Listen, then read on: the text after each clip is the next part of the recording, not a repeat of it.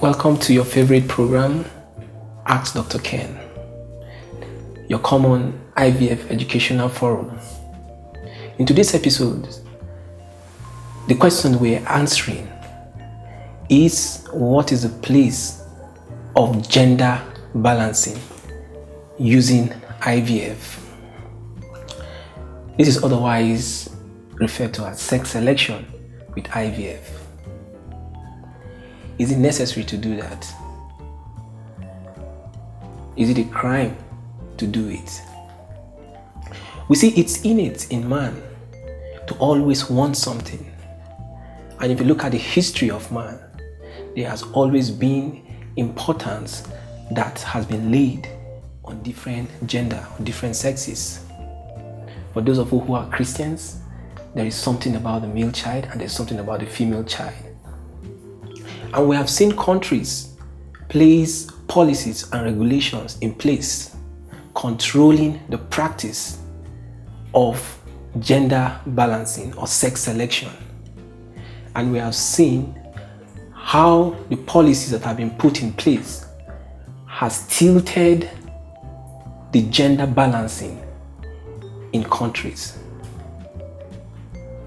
For instance, when some countries place an embargo on the number of children you have to have, we see that there arose a great discrimination against the female folks. Some have to be sent on an unofficial exile so they are not killed because of the childbirth policies. When they're coming back home to Nigeria, we see increasingly that people want some gender at some point, sometimes male, sometimes female. But how is this done in IVF? There are two common modalities that gender selection or sex selection can be done in IVF.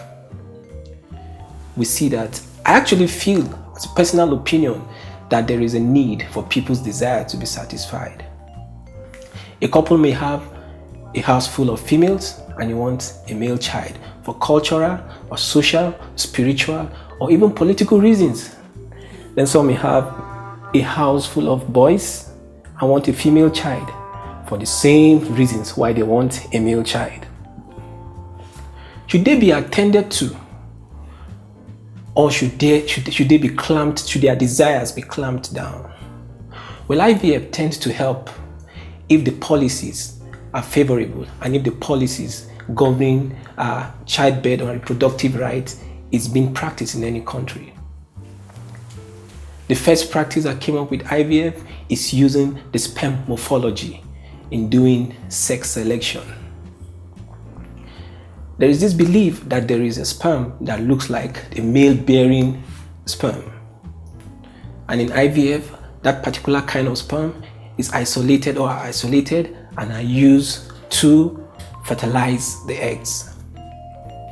And usually statistics have it that for about 70 to 85% of the time, the desired sex can be achieved. But more recently, with the advent of pre-implantation genetic diagnosis,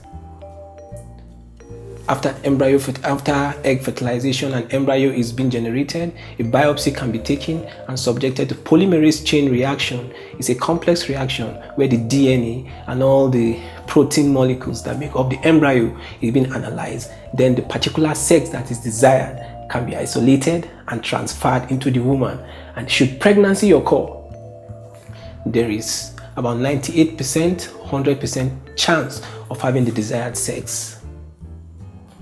But if you look at it from the medical perspective, there are some good reasons why gender selection should be allowed.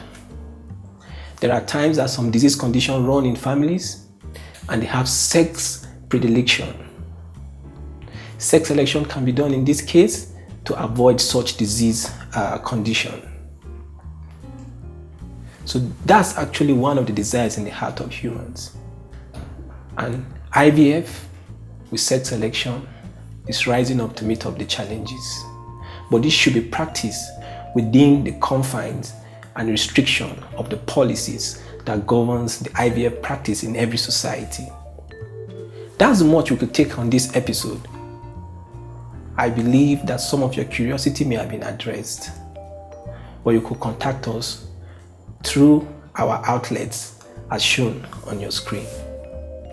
Till I come your way next time, I'm Dr. Kenneth Iguda, your consultant gynecologist and IVF specialist. Thank you for listening.